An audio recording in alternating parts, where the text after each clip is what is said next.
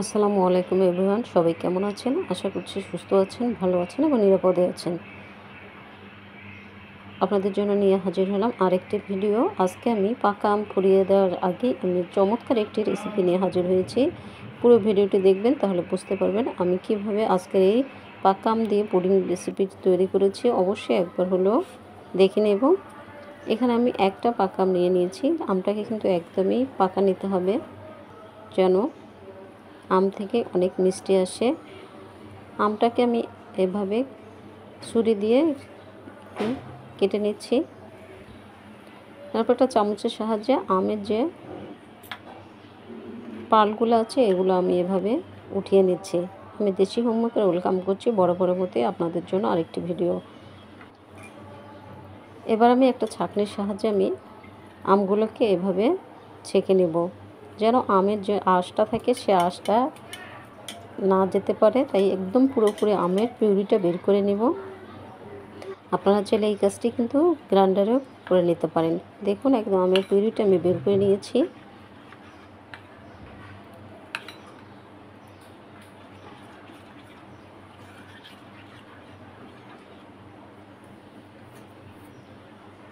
এবার চুলায় চলে যাব। চুলায় একটা আমি এখানে হাঁড়ি বসিয়ে দিয়েছি, দিয়ে আমি এখানে আমের পিউরিটা এর মধ্যে ছেড়ে দিচ্ছি।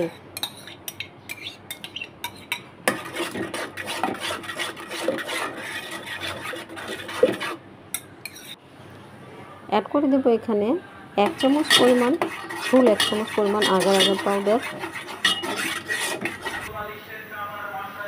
অ্যাড করে দিচ্ছি আমি এখানে চিনিটা আমি এখানে 2 চামচ পরিমাণ ইউজ করছি, কারণ আমের মধ্যে অনেক মিষ্টি ছিল, তাই চিনিটা আমি 2 চামচ পরিমাণ দিয়ে দিয়েছি। আপনারা কম বেশি করে বাড়িয়ে বা কমিয়ে দিতে পারেন।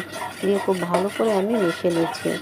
এ পর্যায়ে কিন্তু চুলার আঁচটা একদম লো মিডিয়ামে থাকবে। দেখুন, আমি পিউরিটা ফোটানো শুরু করেছি। আমি কিন্তু নামিয়ে একটা ডিশে নামিয়ে নিয়েছি এবং কিছুক্ষণ নর্মাল ফ্রিজে রেখে ঠান্ডা করে নিয়েছি। নেওয়ার পরে এভাবে আমি কেটে নিচ্ছি। আপনারা পছন্দ মতো কেটে নেবেন।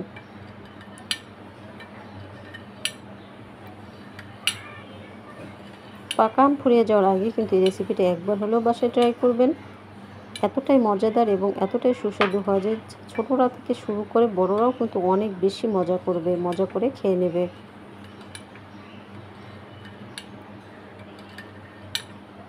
আপনাদের কাছে ছোট্ট একটা রিকোয়েস্ট করে নিচ্ছি, যারা এখনও একটা লাইক দিতে ভুলে গিয়েছেন, প্লিজ একটু করে লাইক করে দিয়ে ভিডিওটি কন্টিনিউ করবেন আর শেয়ার করে দেবেন প্রিয় মানুষদের মাঝেও। আর অবশ্যই কমেন্টস করে আপনার মতামত জানিয়ে দেবেন।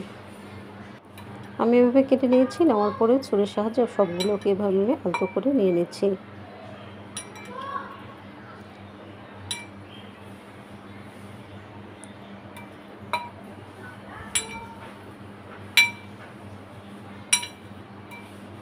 আমটা রেডি হয়ে গিয়েছে। এবার আমি আমটাকে রেখে দিচ্ছি, দিয়ে আবারও চুলায় চলে যাব।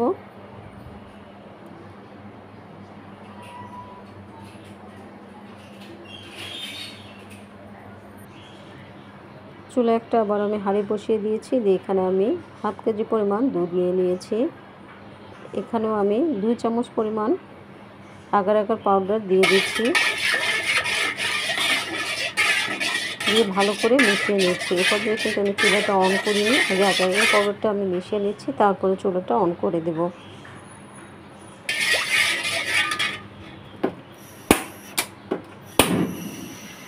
এবার এর মধ্যে অ্যাড করে দিচ্ছি আমি চিনি।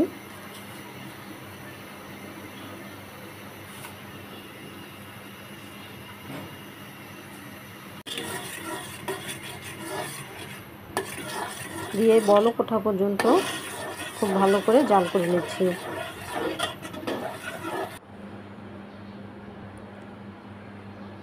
দুধটা জাল হয়ে গিয়েছে। এবার আমি যে পাত্রে এই পুডিংটি সেট করব সেই পাত্রে আমি দুধটাকে নিয়ে নিচ্ছি।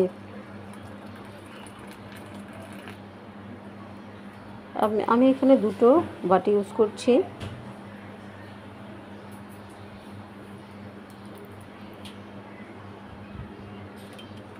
তারপর কেটে রাখা আমের টুকরোগুলো এর মধ্যে দিয়ে দিচ্ছি। দুধটাতে আমি সমানভাবে ভাগ করে দিয়ে দিব।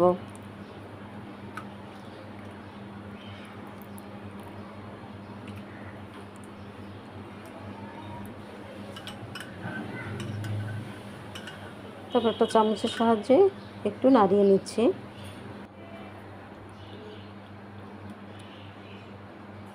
এরপর আমি নর্মাল তাপমাত্রায় রেখে আমি ঠান্ডা করে নিয়েছি।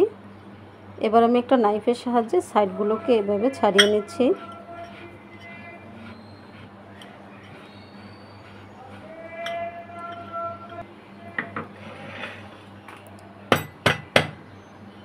একটা প্লেটে আমি এভাবে নামিয়ে নিব।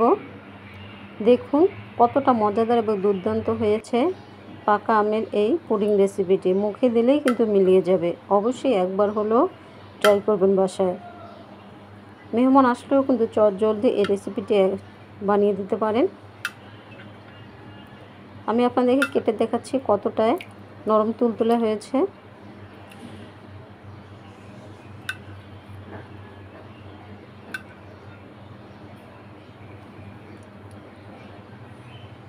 আবারও ছোট্ট একটা রিকোয়েস্ট করে নিচ্ছি, যারা নতুন এসেছেন আমার চ্যানেলে প্লিজ একটি করে সাবস্ক্রাইব করে দিয়ে চ্যানেলটি পাশে থেকে যাবেন। আর যারা অলরেডি এই কাজটি করে ফেলেছেন আমি তাদেরকে অসংখ্য ধন্যবাদ জানিয়ে আজ এখানে শেষ করব। সে পর্যন্ত আপনাদের সুস্বাস্থ্য কামনা করছি। সবাই সুস্থ থাকবেন, ভালো থাকবেন, নিরাপদে থাকবেন, দেশি হোমমেকার আমার চ্যানেলের পাশেই থাকবেন। আল্লাহ হাফেজ সবাইকে।